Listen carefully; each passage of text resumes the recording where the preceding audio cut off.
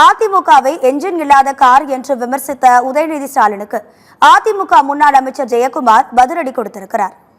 பழைய அடிமைகள் புதிய அடிமைகள் மட்டுமல்ல, இன்னைக்கு சிபிஐ, இடி, இன்கம் டாக்ஸ், எலெக்ஷன் கமிஷன் இப்படி எல்லாரு கூடயும் கூட்டணி வச்சு பாசிச பாஜக கூட்டு சேர்ந்து தமிழ்நாட்டுக்குள்ள நுழைய பார்க்கறாங்க.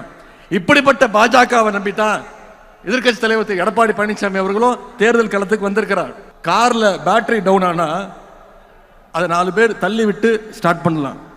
ஆனா கார்ல இன்ஜினே இல்லைன்னா எவ்வளவு தள்ளினாலும் அது ஸ்டார்ட் ஆகாது. இன்ஜின் இல்லாத கார் தான் இன்னும் இருக்கக்கூடிய அண்ணா திராவிட முன்னேற்ற கழகம்.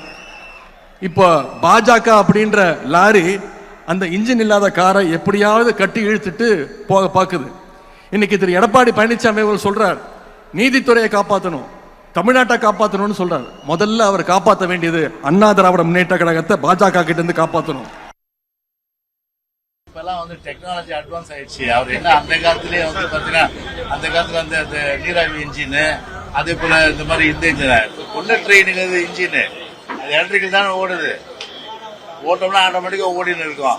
இவர் ஒன்னும் பார்த்தா கூட்ஸ் ட்ரெயினா இருக்காரு. இவருக்கு ஒரு அப் டு டேட்டா இல்லைன்றதான் ஒரு உதயநிதிக்கு பாத்தீங்கன்னா அந்த நேரத்தில் சொல்றேன். ஒரு ஸ்டாலினுடைய மகன் சொல்ற, ஒரு துணை முதல்வர் சொல்ற, இன்னைக்கு எந்த லெவலுக்கு இன்னைக்கு டெக்னாலஜி இன்னைக்கு அட்வான்ஸ் ஆகி இன்னைக்கு பாத்தீங்கன்னா நீராவி இன்ஜினா இது இல்ல பாத்தீங்கன்னா அது கரியில ஓடுற இன்ஜினா இது.